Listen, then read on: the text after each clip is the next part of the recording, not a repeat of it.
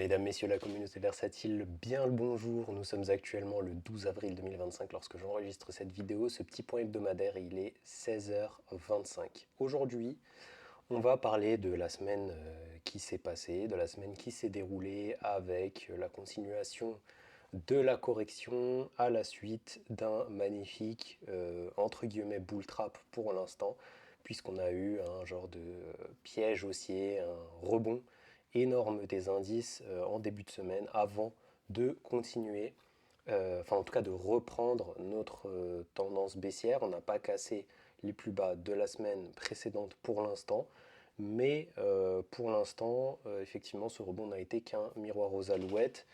Et j'ai vu beaucoup de gens paniquer, enfin beaucoup, j'ai vu plusieurs personnes paniquer, que ce soit sur les réseaux ou dans mon entourage lors du rebond, et regretter de ne pas avoir acheté de manière un peu plus agressive lors de la chute, alors que effectivement les personnes qui ont regardé la précédente vidéo YouTube de Versatile, j'investis 10 000 euros maintenant, voici ma stratégie, je vous invite à aller la voir si vous ne l'avez pas regardée pour savoir quelle est notre stratégie de manière extrêmement claire sur la correction, sur le crack, comme beaucoup l'appellent, que nous avons actuellement.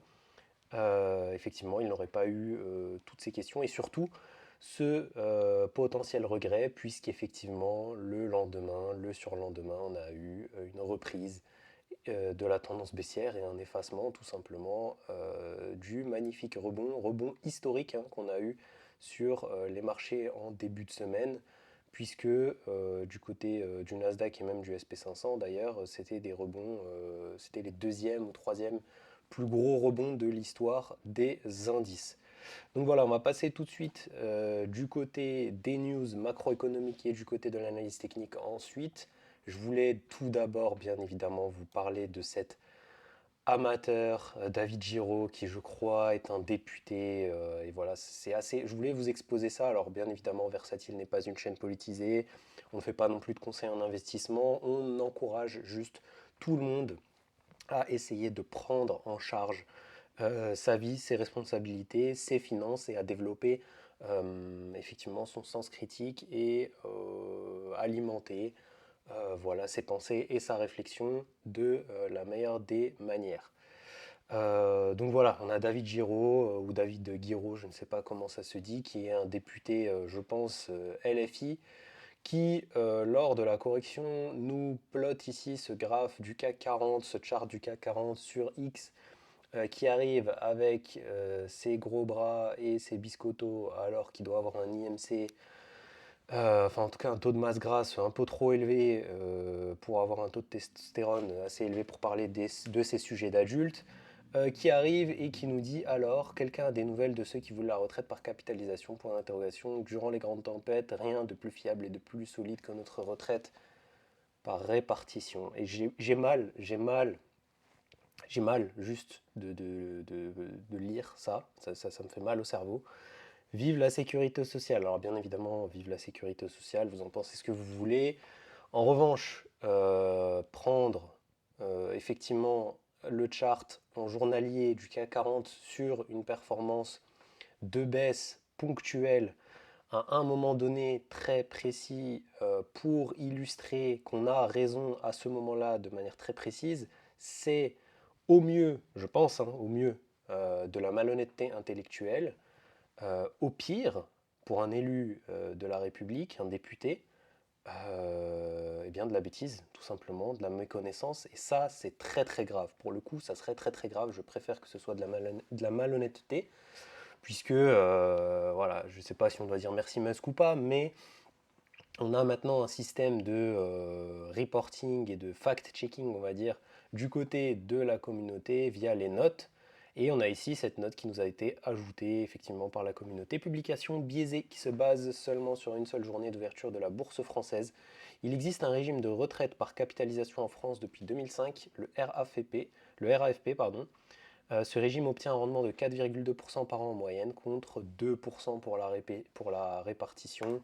Je vous montre juste très rapidement hein, l'amateurisme de ces personnes-là. CAC 40 avec dividendes réinvestis. Si on se place Voilà, une petite recherche sur Internet aurait suffi, hein. Il aurait pu demander à ChatGPT de penser et de réfléchir pour lui. Je pense que ça aurait peut-être été mieux même. Donc voilà, hein, si on prend depuis 2015 par exemple, on a effectivement 2015 qui est quelque part par ici, voilà, prenons le milieu de l'année 2015, hop, jusqu'à présent, on a en 10 ans 90% de performance du côté du CAC 40 avec les dividendes réinvestis et donc une performance moyenne de 9% par an. Voilà, je sais même pas à quoi répondre en fait à ce type de poste. Tout ça pour vous dire et pour vous expliquer que c'est extrêmement important de checker toutes les informations qu'on vous donne. C'est ce type de remarques, des remarques que vous pouvez avoir lors, vous savez, des repas de famille, quand un oncle a un peu trop forcé sur la piquette, lors du dessert vous envoie une petite remarque comme ça, parce qu'il sait que vous êtes de la team des boursicoteurs. Voilà ce que vous pouvez lui répondre, hein, tout simplement, enfin, c'est ridicule. Et on va passer là-dessus assez rapidement puisque c'est pas le sujet de la vidéo, c'est juste que ça m'a totalement déprimé. Quand j'ai vu ça, je me suis dit waouh, on est encore à des années-lumière effectivement de ce mindset d'acquérir la liberté financière, de la bourse, de comprendre les marchés financiers, les performances des marchés financiers, etc. Chez nos élus, voilà, en France. Tout simplement là où aux États-Unis, par exemple, on a carrément des Nancy Pelosi ETF, index, etc. Voilà, je vous invite à aller chercher ce que c'est. Charlie Bilello ici qui nous rapporte sur la journée du 9 avril, effectivement, que le SP500 nous a fait une bougie exceptionnelle et c'est la hausse dont je vous parlais, hein, le rebond dont je vous parlais. Et je disais pour la communauté versatile qui nous regarde lors des live hebdo, mais aussi lors de la vidéo de la semaine dernière et lors de la vidéo j'investis 10 000 euros sur les marchés maintenant, que la correction qu'on avait, c'était une correction, on commençait à être vraiment extrêmement survendu, même en weekly, et qu'on aurait probablement un rebond, ne serait-ce qu'un rebond technique. Et c'est exactement ce qu'on a eu, puisque on a effectivement Donald Trump qui nous a annoncé suspendre les tarifs, ces histoires de taxes, sauf pour la Chine pendant 90 jours, donc pour tous les pays qui ont entamé des négociations avec les États-Unis. On sait là, sur toute la fin de la semaine, même le week-end, début du week-end, là, que Donald Trump et Xi Jinping se sont embarqués dans un combat d'ego. Là, on a vraiment un combat d'ego entre les États-Unis et la Chine qui d'un côté augmente les tarifs, qui répondent de l'autre côté, j'augmente aussi les tarifs, et attention, si vous augmentez les tarifs, ça sera très mal pris, les États-Unis qui augmentent les tarifs et qui répliquent de la même manière, et on est rentré dans un engrenage où actuellement on est sur des tarifs entre 180 et 200% entre les États-Unis et la Chine.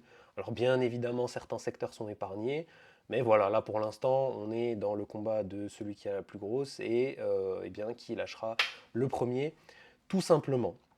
Quoi qu'il en soit, sur cette nouvelle de suspension de tarifs de 90 jours, effectivement, on a eu un rebond exceptionnel du SP500 et du Nasdaq, puisque le SP500 a rebondi de 9,5%. Je ne sais pas si vous vous rendez compte sur un indice qui est capitalisé à plusieurs milliers de milliards de dollars, 9,5, même à plusieurs trillions de dollars en réalité, hein, 9,5%, ça représente énormément, énormément de market cap, énormément d'argent, et c'était le troisième plus gros jour en termes de gains depuis 1950. Et ce qui est intéressant, c'est qu'ici, on nous montre, on traque surtout, en fait, les performances à la suite des plus gros jours, donc classés par ranking du SP500, les performances à 1 an, 3 ans, 5 ans. Et on voit qu'on est systématiquement dans le vert après, après des gros gains. Donc voilà, hein, les premiers, bien évidemment, c'était les journées lors de la crise des subprimes en 2008. Donc effectivement, à 1 an, 3 ans, 5 ans, on était toujours en gain. Là, en troisième top journée du SP500, eh bien, on a eu notre journée du 9 avril. Et puis ensuite, on a eu la crise Covid et la crise de 87, bien évidemment. Et la crise Covid, ce qui est intéressant de regarder, c'est que c'est celle qui est le plus proche de nous. Et vous voyez qu'à 1 an, on a des performances de 62 et de 48%, 3 ans 70, 49. et 5 ans 155, 120%. Donc c'est des performances qui sont vraiment énormes. Les performances passées ne présagent pas des performances futures, vous le savez bien, mais tout ça pour vous expliquer que prenez quand même ça en compte. Profitez-en vraiment, même s'il n'y a toujours pas de conseil en investissement, hein, je vous dis moi de mon côté ce que je fais, j'en profite actuellement pour accumuler des CA de manière un peu plus appuyée. De toute façon, vous avez toute la stratégie dans la vidéo. Effectivement, dans la vidéo précédente, j'investis 10 000 euros. Voici ma stratégie, dans laquelle je vous expose toute ma stratégie, les ETF, les actifs sur lesquels j'investis cette somme, avec quel horizon de temps et avec quelle pondération. Donc voilà, effectivement, après, on va le voir dans l'analyse technique tout à l'heure, c'était un rebond qui était majoritairement technique. On a toujours des tensions géopolitiques qui sont super importantes pour l'instant. Et tant que ça ne se résout pas, eh bien, il faudra être extrêmement prudent et on n'aura probablement pas de reprise haussière de manière vraiment pérenne. Une chose à laquelle je veux vraiment vous sensibiliser également, c'est que là, pour l'instant, cette crise géopolitique est cantonnée vraiment aux paroles eh bien, de Donald Trump et de son administration, mais également de celle de la Chine maintenant. Il ne faudrait pas, parce que ça commence à être le cas, que ça dérape sur la santé économique des États-Unis, notamment d'un actif qui a fait office de valeur refuge de manière historique du côté des États-Unis, et ça je vous en parle pour le monde entier, ce sont les bons du trésor aux États-Unis, d'accord? Puisque on commence à avoir, et on commence à voir, des pays comme la Chine et comme le Japon qui commencent à vendre des obligations du Trésor américain. Et c'est pour ça qu'on a une hausse des taux à long terme, des taux à 10 ans et à 30 ans, des taux américains justement, et aussi des hedge funds, d'accord, qui commencent à se débarrasser de ce type d'actifs. Donc là, on commence à être dans une situation économique qui est vraiment extrêmement préoccupante du côté des États-Unis. Et vous le savez, les États-Unis sont le moteur de la croissance mondiale, de la croissance économique mondiale, d'accord? Donc, pour l'instant, on marche encore sur la corde raide, mais le système pourrait s'emballer de manière extrêmement violente. Une chose, si jamais ça arrive, et ça peut arriver, hein, gardez bien à l'esprit que ça peut arriver. Alors évidemment, je pense quand même qu'on est dans un système too big to fail, c'est-à-dire que demain, on peut avoir une banque majeure qui fait défaut et qui doivent voilà, mettre la clé sous la porte. Rappelez-vous, c'est arrivé il n'y a pas si longtemps que ça, hein, certains ont la mémoire courte, mais rappelez-vous de la Silicon Valley Bank, rappelez-vous du Crédit Suisse. D'accord? C'était dans les années 2020, c'était il y a quelques années, lors de la crise de 2022. D'accord? Donc ça, c'est quelque chose qu'il faut bien garder à l'esprit. Maintenant, c'est vrai que on voit là dans le week-end, notamment via les futurs, et surtout voilà, sur la fin de la journée de vendredi, les marchés se sont détendus et on est reparti légèrement à la hausse, et ça sera surtout pricé cette semaine, parce que la Fed a commencé à sortir eh bien de son terrier, de son trou, et à dire qu'elle ne laisserait pas l'économie couler et qu'elle serait prête à intervenir en cas de risque géostratégique majeur, macroéconomique majeur du côté des États-Unis. C'est quelque chose qu'il va falloir surveiller, selon moi, en tout cas que je surveille actuellement, même plus que les marchés, parce que les marchés, pour l'instant, les indices généraux sont faciles à lire. On est dans une tendance baissière, on est en train de faire des bas de plus en plus bas, des hauts de plus en plus bas, donc on est dans une tendance corrective. Je fais mon DCA à la stratégie, vous la connaissez. En revanche, ce à quoi il faut faire attention et ce qu'il faut monitorer actuellement, ce sont ces taux, enfin les rendements de ces taux obligataires à 10 ans et à 30 ans aux États-Unis, taux qui étaient en train de baisser et qui là sont remontés en flèche ces dernières semaines avec ces stratégies de Donald Trump. Et donc on a l'impression qu'ils ne remplissent plus vraiment leur mission de valeur refuge. Je vous l'ai dit, la Fed sortira peut-être du terrier à un moment ou à un autre pour nous imprimer des dollars et pour racheter tout ça. Donc on a effectivement Alexandre Baredez qui nous rajoute ici un petit peu comment dire, de données pour alimenter notre réflexion et pour alimenter effectivement oui, notre réflexion tout simplement autour de ces baisses de marché, de ces corrections. Ce qui impacte le moral des consommateurs américains, c'est qu'ils pensent que l'inflation va repartir à la hausse avec la guerre commerciale et que le chômage va grimper. C'est pas tout à fait faux. L'inflation, pour l'instant, c'est pas du tout le cas, hein. Vous allez le voir, on a eu les chiffres du CPI ce mois-ci. Alors bien évidemment, ils ne price pas euh, les taxes pour l'instant, puisque ce sera les chiffres du mois prochain et celui du mois d'après, très probablement. Donc le CPI pour l'instant est sorti inférieur aux attentes, même d'ailleurs. Mais on a eu 0,1% de chômage supplémentaire la semaine dernière. Donc attention à ça. Leurs anticipations d'inflation long terme remontent à des niveaux observés la dernière fois en 1991. Donc voilà, hein, vous le voyez bien, hein, inflation à long terme, le consommateur américain pense qu'on va atteindre les 4,40% lors du dernier sondage et je crois que c'est à 5 ans. Donc, sincèrement, je pense que le consommateur américain est un peu, voilà, sans vouloir manquer de respect aux Américains et à leur intelligence, est un petit peu à côté de la plaque de ce côté-là. Oui, les tarifs risquent d'impacter le prix, les prix des biens et voilà, des matières premières et des biens de consommation tout simplement pour les Américains. Mais l'inflation, c'est un phénomène qui est continu, d'accord? Il faut garder ça à l'esprit. Si ça augmente de manière ponctuelle d'un coup, c'est-à-dire et que ça ne continue pas d'augmenter du même différentiel d'un mois, d'une année à l'autre, on ne va pas avoir une augmentation de l'inflation. On va avoir l'inflation qui va augmenter d'un tic d'un coup et qui va rester stable, voire diminuer au fur et à mesure du temps si les prix tendent à diminuer. Donc voilà, j'y crois pas trop à une inflation. De toute façon, c'est tellement compliqué pour l'instant de se projeter à 5 ans. Vous le voyez, d'une semaine à l'autre, actuellement, c'est compliqué de se projeter. Voilà, je pense qu'effectivement, le consommateur et cette data ici est à prendre avec énormément de pincettes. Là, c'est exactement ce que je vous disais tout à l'heure. Le taux de 10 ans aux US est en route pour sa plus forte hausse sur 5 jours depuis 2008. Vous savez ce qui s'est passé 2008. Crise des subprimes, Lehman Brothers qui a fait faillite, voilà, tout simplement une des plus grandes banques du monde. Et là, pour le coup, eh bien, les États-Unis et la Fed avaient laissé la banque couler tout simplement, même s'ils ont sauvé les meubles à la fin.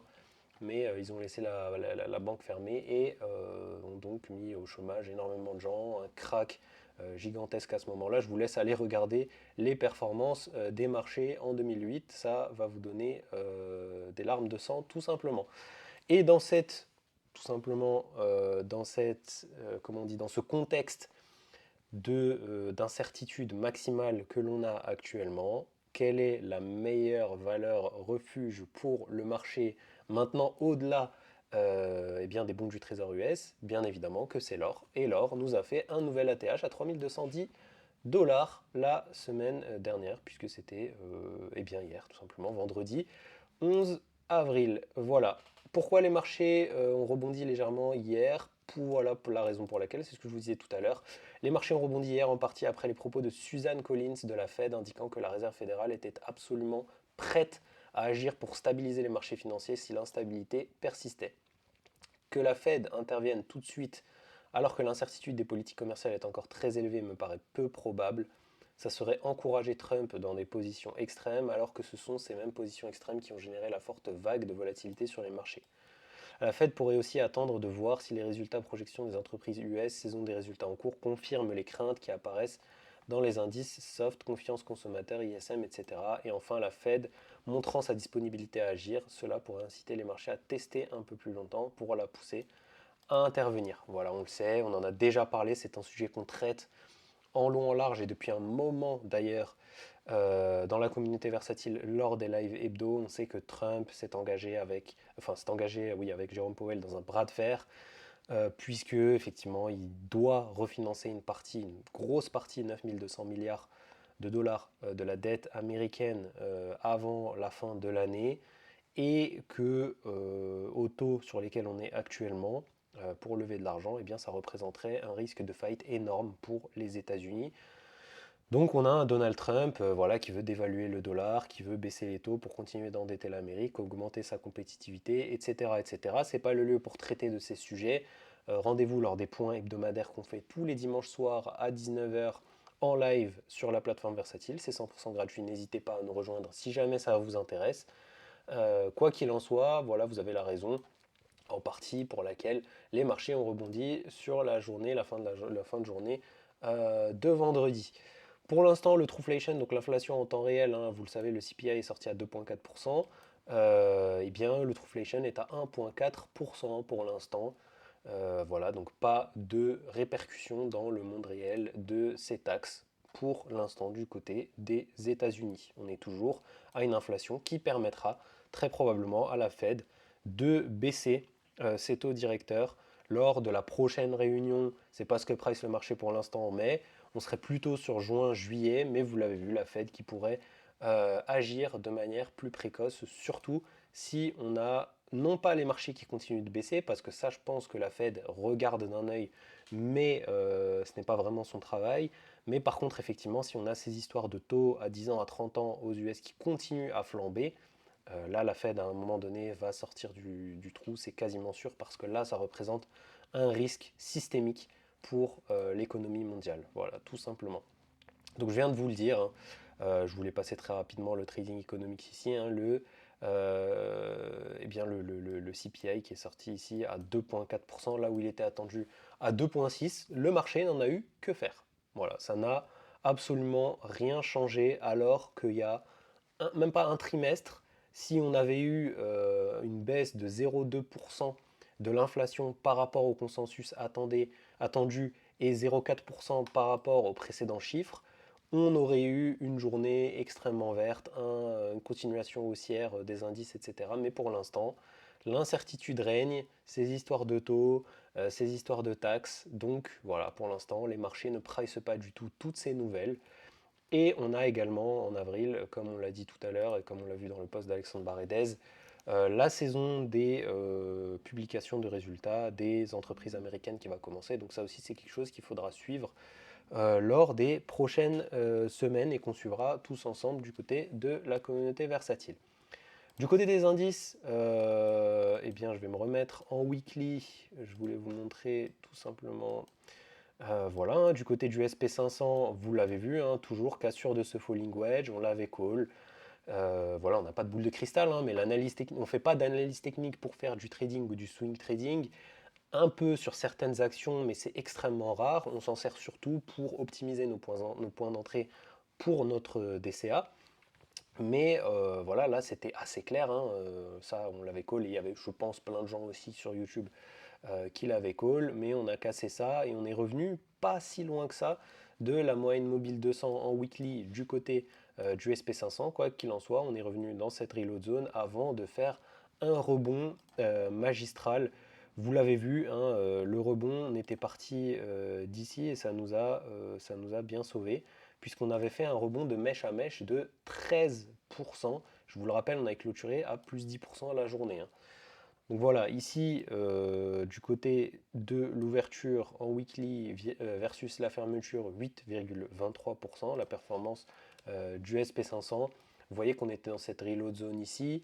Maintenant, en weekly, très probablement qu'on va attendre la semaine prochaine pour avoir plus de visibilité du côté, du côté des indicateurs et du côté des indices, même si je pense qu'on va très probablement avoir soit une latéralisation, soit une continuation baissière lorsqu'on cassera ici ce plus bas. On n'est pas à l'abri, hein.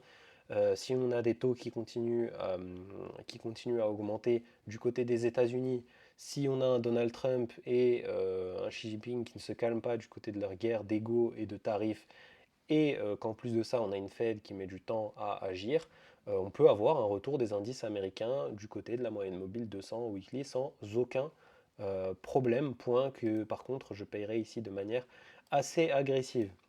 Sur le Nasdaq, c'est la même chose, hein, on était dans nos zones de rechargement, on est toujours dans notre tendance baissière, hein, rien de plus à dire de ce côté-là. Excellente zone toujours pour faire un autre DCA, pour continuer à faire notre DCA. Le DAX, on a attendu la correction d'ici des plus hauts, on ne voulait pas monter puisque l'écart à la moyenne mobile 20 en weekly était bien marqué. On a eu notre correction, on en a profité pour acheter ici en dessous de la moyenne mobile 50 en weekly. On est toujours sur du DCA du côté du DAX.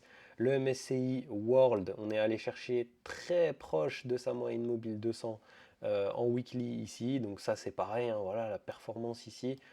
Et la tendance de correction pour l'instant, elle est assez claire. Le couteau en weekly est en train de tomber sur tous ces indices-là. Maintenant, c'est vrai que de ce côté-là, par exemple, vous le voyez, hein, on est clairement dans des zones de survente. Donc, il peut se passer ce qui s'est un peu passé la semaine dernière, c'est-à-dire des rebonds enfin des rebonds plus ou moins importants, puisque la volatilité est exacerbée. Là, on a clairement des réactions épidermiques et des réactions émotionnelles sur les marchés. Et donc, c'est pour ça qu'il faut garder vraiment du cash pour pouvoir l'allouer sur les phases de volatilité à la baisse, notamment si telle est votre stratégie. Vous savez que chez Versatile, on ne shorte pas les marchés, en tout cas pas sur les indices classiques. Du côté du CAC 40 en weekly, on le voit bien, on est descendu en dessous de la moyenne mobile 200 et pour l'instant, la moyenne mobile 200 en weekly est en train de faire office eh bien, de résistance. Donc ça va être à surveiller de manière voilà, assez proche, comme l'huile sur le feu. Et donc il va falloir réintégrer de manière pérenne effectivement ce gros range ici, ou alors on ira tout simplement un étage plus bas du côté du CAC 40. Quoi qu'il en soit, ici, vous le voyez, on a de la place pour continuer la correction. Au niveau du RSI, on n'est pas encore dans les zones de survente, donc du côté du CAC 40, on a toujours la place pour continuer notre correction. Un point important que je voulais soulever dans cette vidéo, dont on n'a pas parlé depuis un moment maintenant, c'est un sujet qu'on laisse sous le tapis un petit peu depuis le début de la correction, parce que je vous ai expliqué, ce sont des actifs qui sont énormément corrélés aux indices traditionnels, notamment au Nasdaq, jusqu'à il y a peu, jusqu'à récemment. Ce sont nos chères crypto-monnaies, vous le voyez, notre cher Bitcoin et nos chères crypto-monnaies, là où tous les indices sont dans le rouge, ont fait des semaines critiques, ont cassé leur moyenne mobile 50 en hebdomadaire, Bitcoin est en train de tenir, Bitcoin miraculeusement est en train de faire office de valeur refuge entre guillemets. Pour l'instant, c'est pas encore l'or, mais les crypto-monnaies, et honnêtement, c'est pas quelque chose auquel je m'attendais vraiment, les crypto-monnaies qui sont en train de tenir de manière extrêmement curieuse, extrêmement importante. Et ça renforce ma conviction concernant le fait que nous ne soyons pas à la fin du bull run. Je vous l'ai dit, ce qui est extrêmement important, c'est cette moyenne mobile 50 en weekly ici, qui se situe, allez, cette zone ici entre 77 et 74 000, 74 500, qu'il ne faut absolument pas casser à la baisse. Sur la grosse correction, sur la grosse mèche qu'on a eue cette semaine, on est allé flirter avec cette zone-là, mais cette zone-là a tenu et on n'est pas parti un étage plus bas du côté de Bitcoin. Alors il faut savoir qu'on pourrait, je vous en ai déjà parlé, ça il y a plusieurs semaines, revenir faire un pullback sur l'ancienne ATH, même si j'ai vraiment pas envie de voir Bitcoin casser cette moyenne mobile 50 et surtout cette zone des 75 000 dollars. Donc ça, c'est quelque chose qui est extrêmement encourageant parce que, et on l'a vu, hein, à partir du moment où on a un Donald Trump, parce que la macroéconomie est vraiment extrêmement bien orientée, on a juste une géopolitique qui est vraiment, veuillez m'excuser l'expression, mais claquée au sol en ce moment, un niveau d'incertitude extrêmement élevé. Mais on l'a vu, hein, quand Trump a annoncé la suspension des tarifs, on a eu un rebond qui a été vraiment magnifique parce que les marchés, voilà, les gens qui étaient vendeurs se sont rendus compte qu'ils étaient peut-être dans une réaction épidermique vis-à-vis de leur vente et ont donc commencé à racheter énormément de positions. Donc on voit bien qu'il suffit d'une stabilisation du marché et une stabilisation maintenant de cette histoire des taux obligations US à 10 ans et à 30 ans pour avoir un potentiel rallye haussier d'anthologie. Et c'est vraiment ce que je commence à avoir en arrière-pensée. Alors attention, ne me faites pas dire ce que je n'ai pas dit, je n'ai pas parlé de temporalité, mais je pense que d'ici à la fin de l'année, donc la fin de l'année c'est en décembre 2025, d'accord, donc dans 8 mois encore, d'ici à décembre 2025, je pense sincèrement qu'on aura une reprise haussière, que ce soit au niveau des indices. Et si on a cette reprise haussière au niveau des indices, on va avoir un bull run exceptionnel du côté des crypto-monnaies, d'accord? Parce que les crypto-monnaies, là, on a des comportements qui nous montrent qu'elles sont dans les starting blocks, d'accord? Les vendeurs sont épuisés, vous le voyez, hein, sur tous les petits rebonds qu'on a, même si Bitcoin, lors du rebond, n'a pas rebondi de manière non plus exceptionnelle, mais voilà, pour Bitcoin c'est normal, c'est en train de s'institutionnaliser. Mais pour beaucoup d'autres crypto-monnaies, j'ai vu des plus 30 et des plus 40%, d'accord? Des performances dignes de bull run, de journée de bull run, voilà, tout simplement. Donc, les crypto-monnaies, pour l'instant, elles sont toujours sous le tapis, d'accord? Je les ai toujours rangées dans un coin sous le tapis, mais aujourd'hui, voilà, je commence de nouveau à regarder depuis mon canapé cette petite bosse sous le tapis et je me rappelle que voilà, mes petites crypto-monnaies, elles sont là. Elles sont en train de surperformer les marchés de manière très claire, hein. Là, les indices, bon, les altcoins, voilà, ne prenez pas en compte pour l'instant ce que je raconte pour les altcoins, surtout pour Bitcoin. Mais vous le savez, hein, quand Bitcoin repartira en tendance haussière, on aura les altcoins qui vont suivre. Et vous le voyez ici, on a une Bitcoin dominance qui a énormément rebondi. Elle a rebondi ici parce que les altcoins, les Bitcoins a moins corrigé que les altcoins. On voit qu'à partir du moment où on passe dans le vert, dans les performances qui sont voilà, à la hausse, on a les altcoins qui outperforment complètement Bitcoin. D'accord? Donc pour l'instant, Bitcoin est en train de surperformer à la baisse, mais les altcoins surperforment à la hausse. D'accord? Donc les altcoins ne sont pas morts. On va avoir, si une fois de plus on a les indices qui repartent et qu'on ne perd pas cette zone ici des 75 000 sur BTC, d'ici la fin de l'année, je pense, mais ça sera très probablement, là je vois vraiment le cycle arriver comme en 2017. Il faut qu'on ait l'argent qui revienne, voilà, il faut qu'on ait le cash qui revienne dans les marchés. Et si c'est le cas, il reviendra, il se déversera à la toute fin sur les crypto-monnaies et donc sur Bitcoin, sur les mid-cap, sur les low-cap, sur le reste des altcoins, comme il l'a toujours fait.